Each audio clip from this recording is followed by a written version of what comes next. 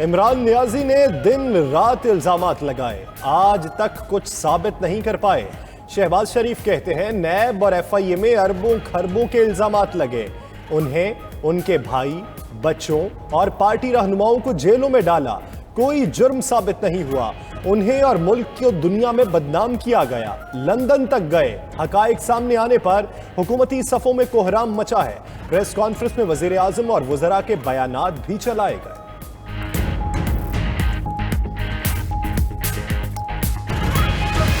پاکستان میں شہباز شریف کے اوپر 2 کیسز جو ہیں وہ اس وقت رائپ ہیں جو چل رہے ہیں۔ یہ 7 ارب 32 کروڑ کا کیس ہے، دوسرا کیس 25 ارب روپے کا کیس ہے۔ پاکستان کی عدالتوں کو یہ مقدمات ڈے ٹو ڈے چلانے چاہیے۔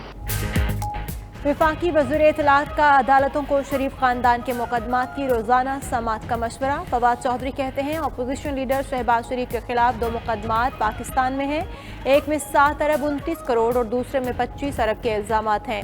جھوٹ شریف فیملی کا وتیرہ ہے۔ شہباز شریف نے پریس کانفرنس میں الزامات کا جواب نہیں دیا۔ این سی اے نے اپنے طور پر کیس چلایا، شہزاد اکبر سے مدد مانگی۔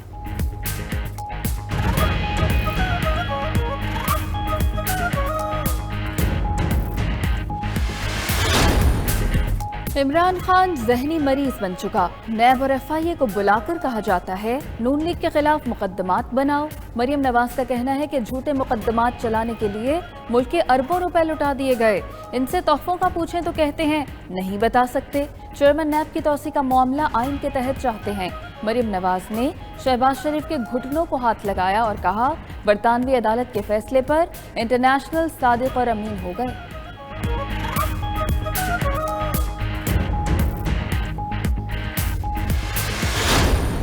کرپٹ لوگ آتے ہیں تو وہ اصل میں قوم کا پیسہ چوری کرتے ہیں، اور یہ سڑکوں کے اوپر جتنا پیسہ چوری ہوا ہے اس کے اوپر میں نے اپنی ٹیم کو بھی لگایا کہ پوری اس کی تفتیش کی جائے۔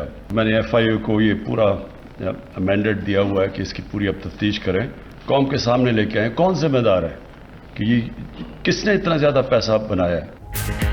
وزیر اعظم کا سابق دور میں سڑکوں کی تعمیر میں مبینہ کرپشن کی تحقیقات کا حکم، کس نے کتنا پیسہ بنایا، ایف آئی اے کو قوم کے سامنے لانے کی ہدایت۔ عمران خان کا جھلجاؤ بیلا شاہراہ کی بحالی اور اپ گریڈیشن کا سنگ بنیاد رکھنے کی تقریب سے خطاب، مزید بولے قوم کا اصل نقصان تب ہوتا ہے جب کرپٹ لوگ آگے آتے ہیں، صرف الیکشن کا سوچیں تو ملک کبھی آگے نہیں جائے گا۔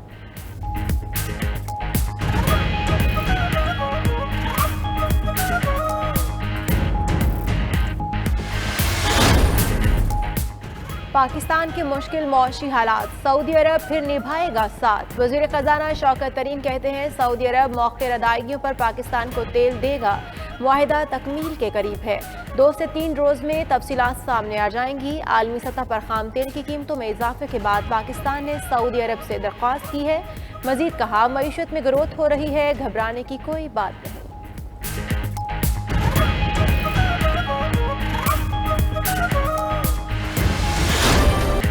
ڈالر کی قدر اوپر سے اوپر، حصص کا بازار مندی سے 2-4۔ انٹر بینک میں ڈالر مزید 51 پیسے مہنگا، قیمت 170 روپے 48 پیسے ہو گئی۔ اوپن مارکیٹ میں ڈالر 70 پیسے مہنگا، 172 روپے 50 پیسے کا ہو گیا۔ پاکستان سٹاک مارکیٹ کے انڈیکس میں 908 پوائنٹس کی کمی 44,366 کی سطح پر بند ہوا۔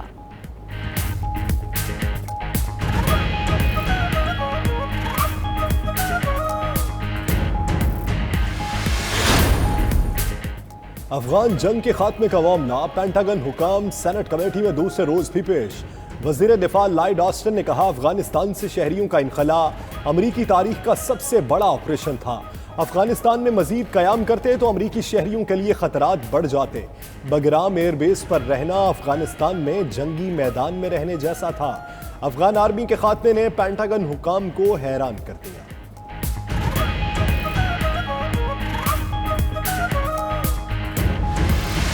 امریکن سینٹ میں بل گیا ہے، پاکستان کے اور بڑے امتحان ہو سکتے ہیں لیکن ہم سرنڈر نہیں کریں گے۔ ہم اپنے افغانی بھائیوں کے لیے اگر کوئی انسانی بحران پیدا ہونے کا وقت آیا تو افغانستان کی بھرپور مدد کریں گے۔ ہم ان کی کوئی عسکری مدد نہیں کر رہے، کوئی کچھ مدد نہیں کر رہے، یہ سب بکواس ہے۔